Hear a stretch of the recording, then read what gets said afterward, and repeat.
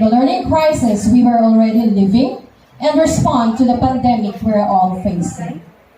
The challenge today is to reduce as much as possible the negative impact this pandemic have in our learning and schooling, and build on this experience to get back on a path of faster improvement in learning. As education systems cope with this crisis, we must be thinking of how we can recover stronger with a renewed sense of responsibilities and with a better understanding and sense of urgency of the need to close the gap in opportunities and ensuring that all children have the same chances for a quality education.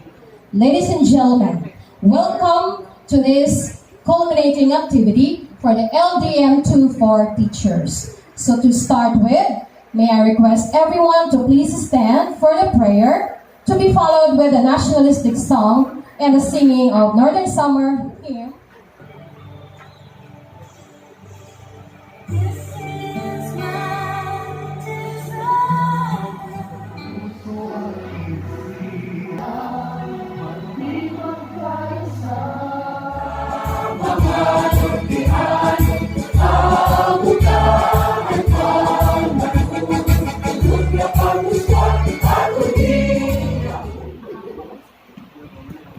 So our esteemed leader of the Department of Education in our district, Ma'am Gina Islingling, our district head, to our school head, Ma'am Geraldine Arioso, to the department heads and my co-other teachers, a pleasant morning to one and all.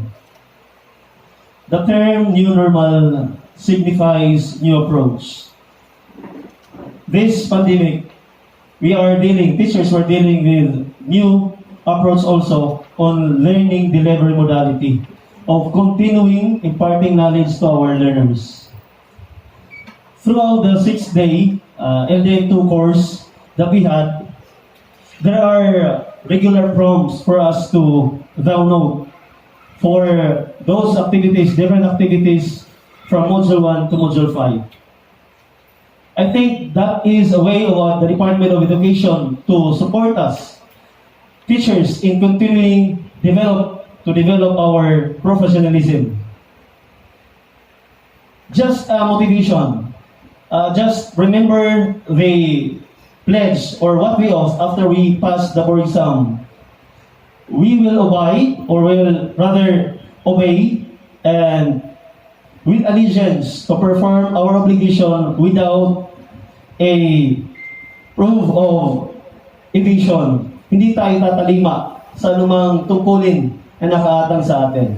In a simple way, we are doing our best, always, as teachers. So, without further ado, I welcome you all to our LDM2 for Teachers Community Activity. Good morning. Thank you, sir. And at this time, we are in for an intermission number. Pampagano gusto.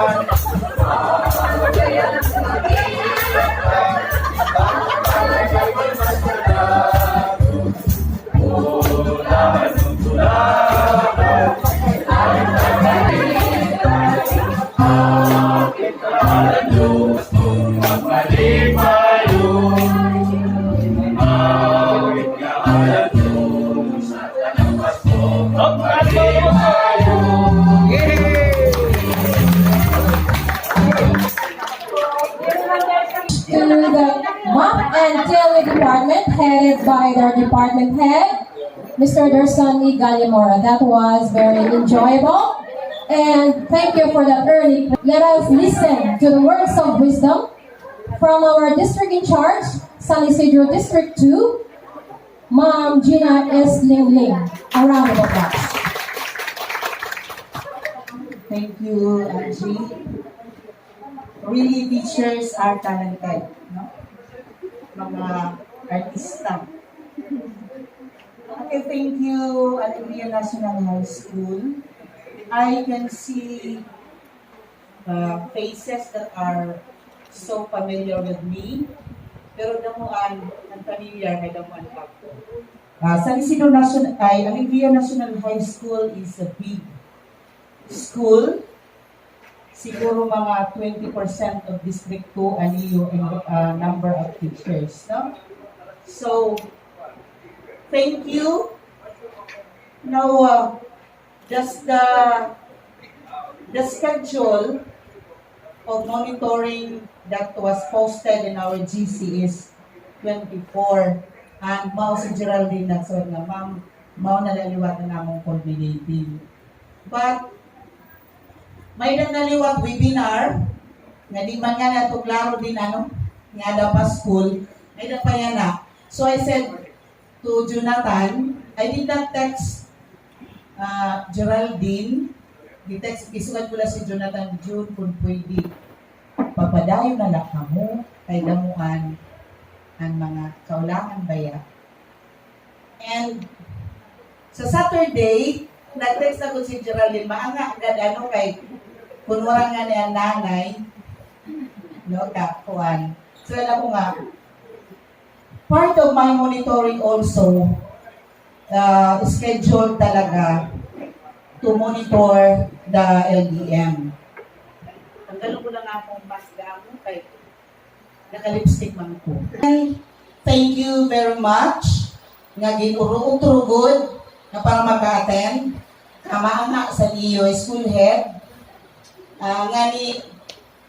I filed ko na leave, a special leave today and tomorrow. Kay may dako importante nga lakat, pero di man lang ako tugutan pagtabok sa puro kay naka-lockdown. So, wala ko na ipadayon na ako leave. Sa imong Juan Geraldine, ma-attend na ako sa Alegria. Okay, anyway, kung may gusto, maraming paraan. Kung ayaw, maraming lang. Okay. So after having so many lax sessions, doing many activities, preparing your portfolios, here you are, you surpass it, you have now your culminating activity. Now LDM2 for teachers is, I think, quite heavy because there are many modules, and each modules comprise many lessons. And LDM2 focus on the instructional implication in using the alternatives of LDMs and to improve the pedagogical content, knowledge, and assessment. While in LDM1, that is for school heads, it focused on the implementation and management of LDM. How are we going to improve our readiness and to select what kind of modality that the school is adopting. Now, we are mandated and we are having these self-learning modules in this time of pandemic. These are all initiatives from the Department of Education Central Office to ensure that learning continues and to reach our LDR. Of course, we are also following the health protocol for delivery of instruction. Now, to all of you, to all teachers, I hope that your knowledge gained in these modules will be used up to the fullest. And I would like to remind your school head to report the impact of this LDM2 and the instructional delivery because that is one of the MOBs in the monitoring tool. Now, every time that we have NSETs, our monitoring tool, pirmi may dasin report on the impact of the training. So, ang iyong head, maghimo itong report on the impact of this learning delivery modality too. So, we did not expect, di ba? We did not expect that this COVID-19 happened. Everything shifted from old to new normal. No? So, kita nga tanan, wala kita mag-expect na mawin ay mahinabo. So, ang atong central office initiate this kind of self-learning modules for us teachers and school heads to face this new normal. Nga tanan teachers in the whole Philippines conducted this LDM2. Now, so maghimo sa impact report ang atong school head on the implementation. You're already through with the different sessions, and then you will make a report on the impact of this learning delivery modality. Now, a sort of inspiration, kasi inspirational message. Now, I would like to share a story of a starfish. Are you familiar with the story of a starfish? Okay, for those who are familiar, just a reminder. Now,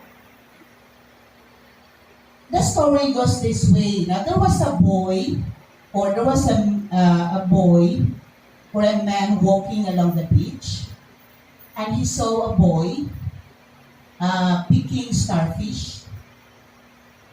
And the man asked the boy, "What are you doing?" Sabi ang boy, "I am picking starfish, and it will be thrown into the ocean." Why? Because if I will not throw it, they will die. Sabi ng man, the man laughed. Sabi niya, "There are many thousands and thousands of starfish. Mahimod ba rin nimo nga mapulit ba rin nimo nga tanan?" Then the boy politely nag-ano siya. Then, and then pick another starfish and throw again into the ocean. And the boy said, "I made a difference." So what is the moral lesson of the story? It reminds us that yes, even the smallest thing can make a difference. And if we can teach one person with a single gesture, then we must not let that opportunity pass by without doing something. Like us teachers, if we cannot make our 30 students learn to the top, if we cannot make it read all of them, at least we have done our best. We make a difference. No? Nga tanan nga ato initiatives. I know the teachers work hard. Di pa yan nga pandemic mas kalisod or kakapoy noon sa teachers. Di ba? Unlike in the normal scenario that we are reporting to our classes, making our plans, but today difficult, no? Because we are facing a new normal and we cannot, sabi pa nga ng iba, maayo lang ang mga teachers kay mo dawat lang o sweldo nga may trabaho. Hindi sila kamauno nga mas lalo damo ang trabaho sa teachers in this time of pandemic. Now, so making a difference in a smallest thing is a big, or there's a bisang tapping, di ba, the shoulder of an individual. Doing the right thing, bisan sa imo lang pagsulti, no, di ba? Showing as a model teacher, at least of our learners, our parents. Let us all remember that we are all teachers, model in everything that we do. So, even in the smallest thing, and saying that you are honest in everything that we do. Remember the saying that if at the close of the hour every day, we can say before God and man that the services we have rendered is worth the salary we are paid for that day. Then and only then, we can only say that we are truly honest. Now, in our everyday dealings, wala tayo konsensya. No, hindi ka makonsensya kung naghimo ta sa atong adlaw-adlaw na trabaho as teachers. So we can face everybody head up, and most of all, the Almighty God na maawanan kita sa atin. So, again, congratulations sa Isidro National High School, Alegria National High School, no? Sa Pagoga, sa Isidro. Alegria National High School for this culminating activity. Again, and good morning. Thank you, Ma'am Gina S. Lee, for those insights and for inspiring us all to always make a difference. So, at this time, ladies and gentlemen, we have another intermission number. Let's give it up to Miss Maria Jessa G. Castillo from the Senior High School Department. A round of applause.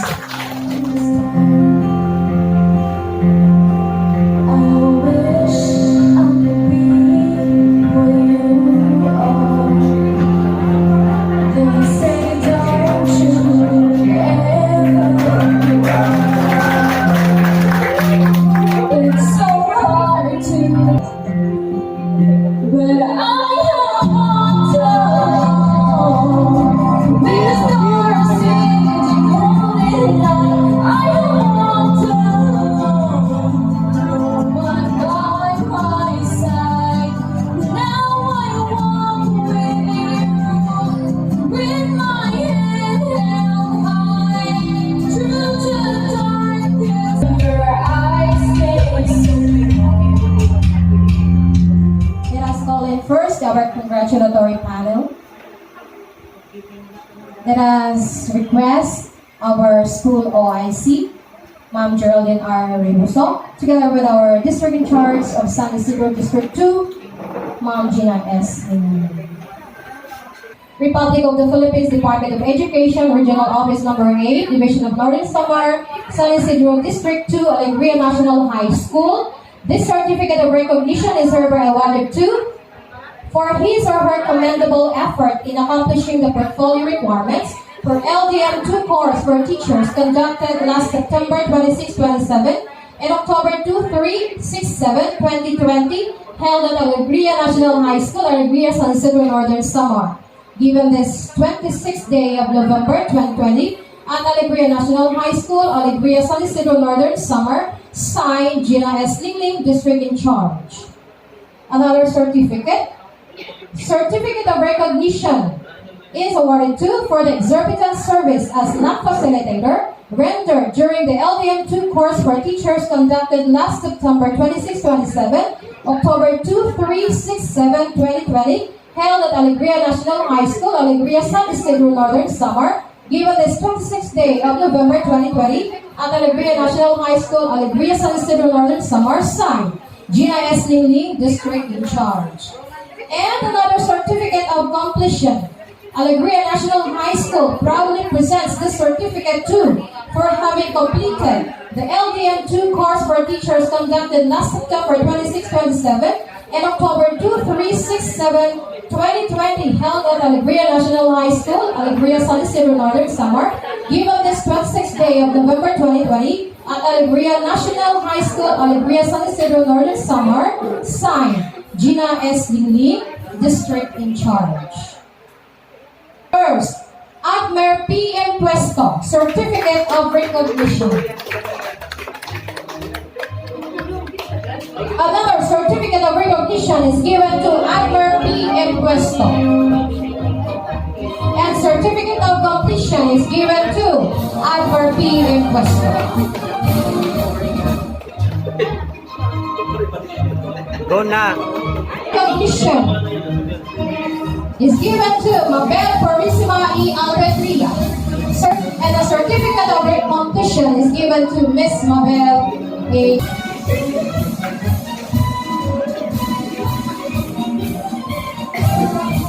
Ivy Joan A. Jomo.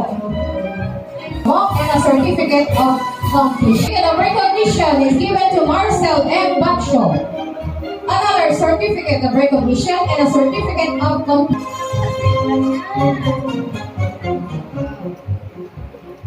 Another certificate of recognition and a certificate of completion.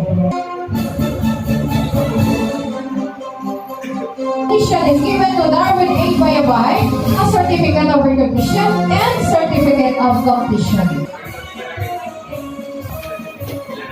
Certificate of and a certificate of recognition and a certificate of completion.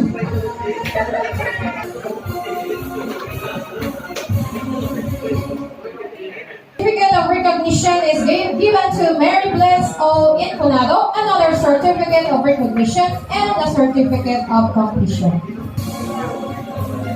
Certificate of recognition is given to Miss Lynn M. Khan, another certificate of recognition and a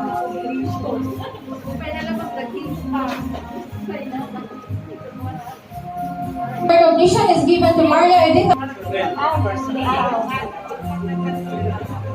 A. Dolpo, another certificate of recognition and a certificate of Gatini ba? completion. Dalihan ang video.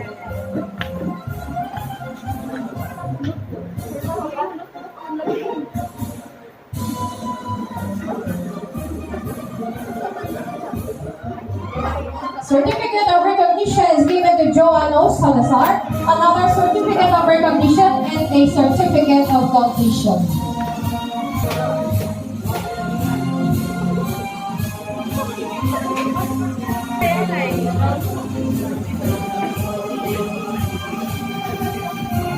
Alegria, another certificate of recognition.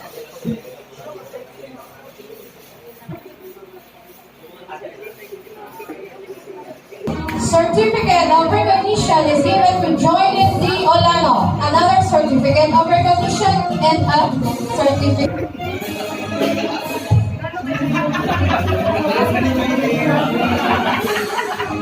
Alamora, another certificate of recognition and a certificate of completion.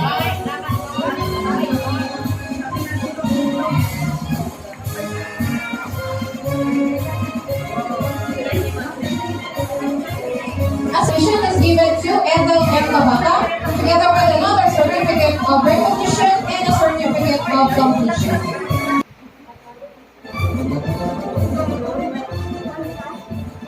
Is given to Jojo C. Debuton, together with another certificate of recognition and a certificate of completion.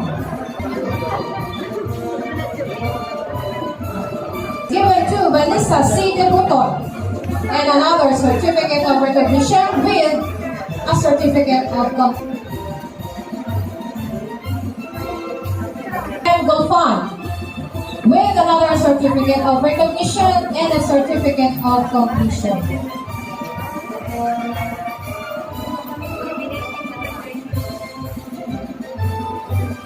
given to Miss Ivy Rose B. Budhi and a certificate of completion. Certificate of recognition is given to Jane Rose LDM2 together with another certificate of recognition with certificate of completion is given to Josibel F. Pineda with another certificate of recognition and a certificate of completion. It is also given to Miss Marilyn B. Tayakta with another certificate of recognition and a certificate of completion.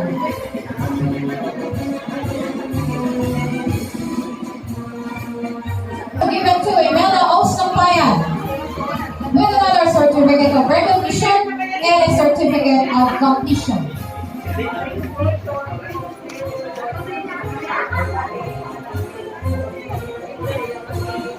For D. Bantasan with another certificate of recognition and a certificate of completion.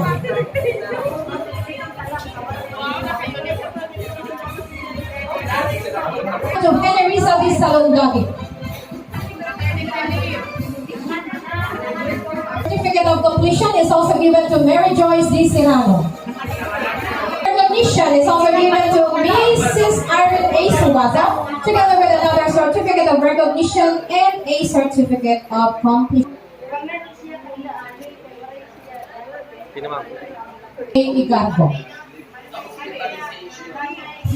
Certificates are also given to Reynaldo P. Impuesto.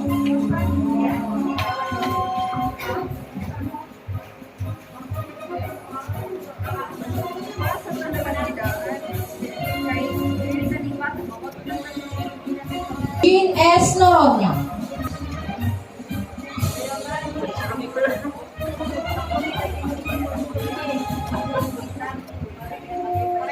Certificate of recognition and a certificate of completion is given to Roderico S. Ada.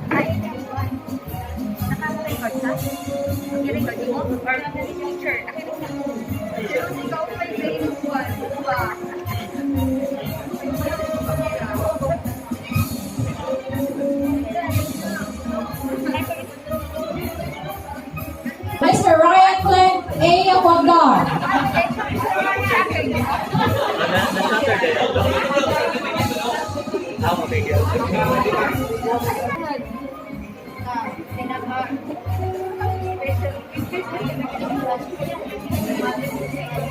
Completion is given to Mr. Elmar C. Balbin.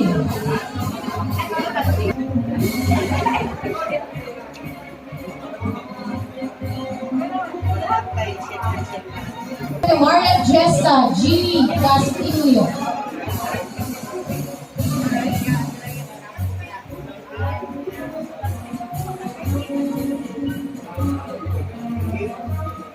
Miss Marvick B. Enaje.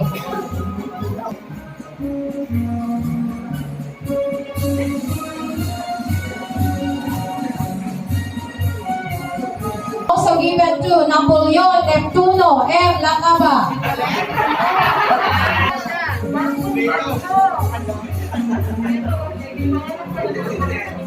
These are also given to Oswaldo Ozzy A. Olaro Jr.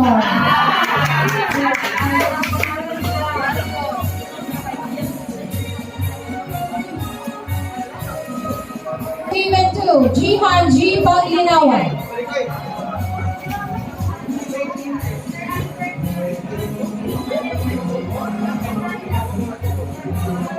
April Rose G. Sobiaga.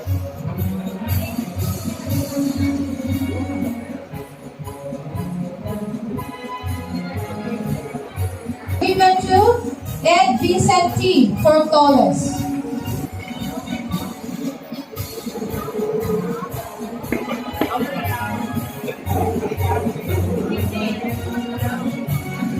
Given to Ruchel O. Bisaya.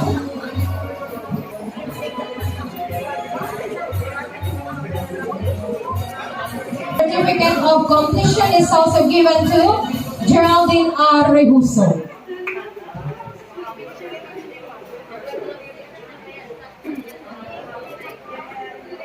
intermission to Jonathan and Bruno.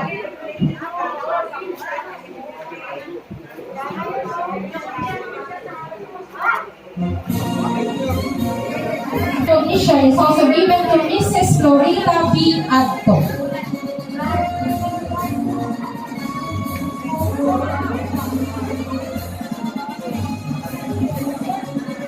Congratulations to everyone for making it to the LDM2 course for teachers.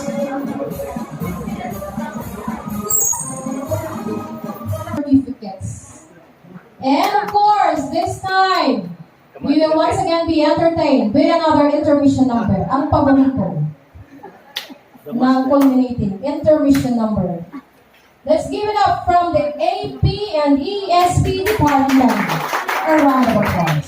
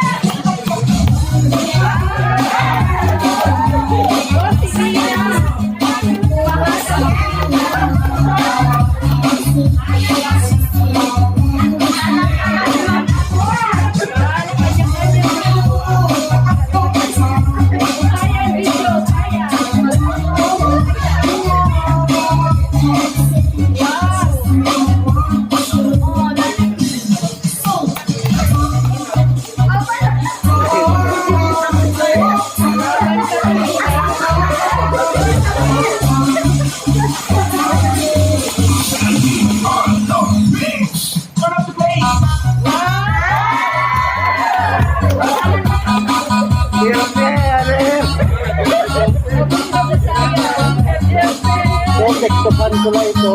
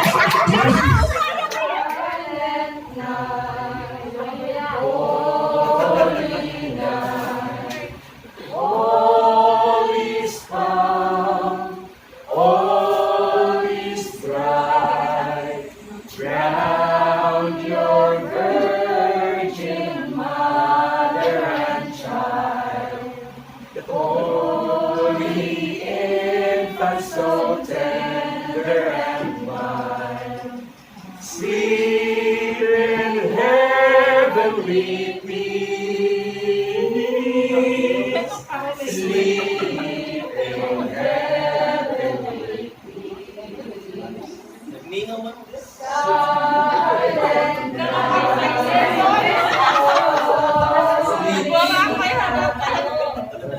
Hearts and tells we need a fall. Secure from danger, warm and cold. Silent, silent night. Holy, holy night. Sleep in peace, sleep in heavenly peace.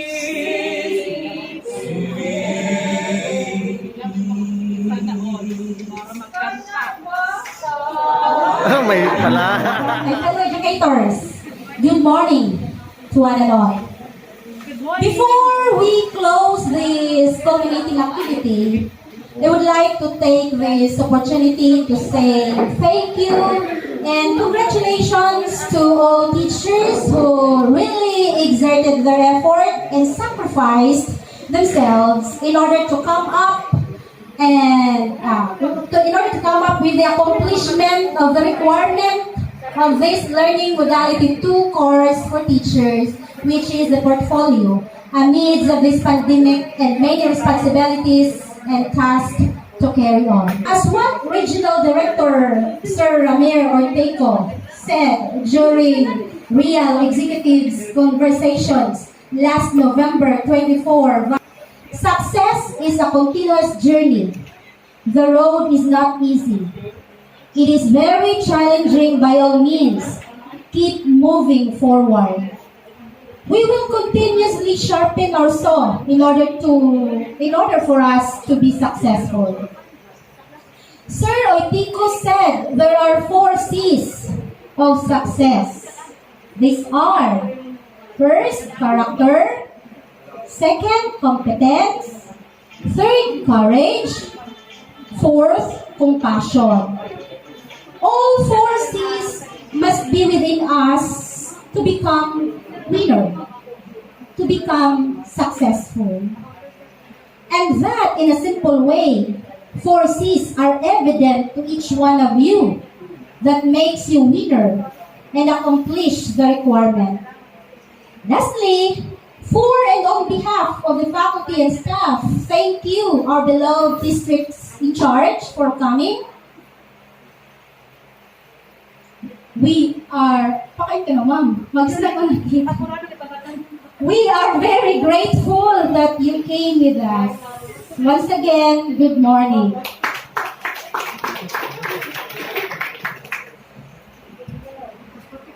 So that's all for our this morning. I am Miss Sis Angeli Espino. And I would like to give you once again with a line from the message of our district in charge, Ma'am Gina Ling. Let us make a difference. Thank you and good morning.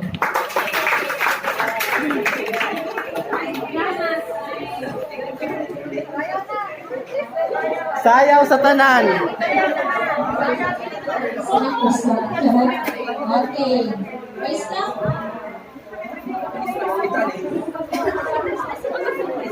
Picture taking po ko, no? Ingon si Ma'am Geraldine by department together with our Okay. Sino na senior high school? Okay, senior high school. Yan ang pala yung nakapot. Happy Culminating for the LDM2. Shout out, please follow and subscribe. Okay, nakabukabaratan ang next na Jose. teachers. Jose. Pansit pa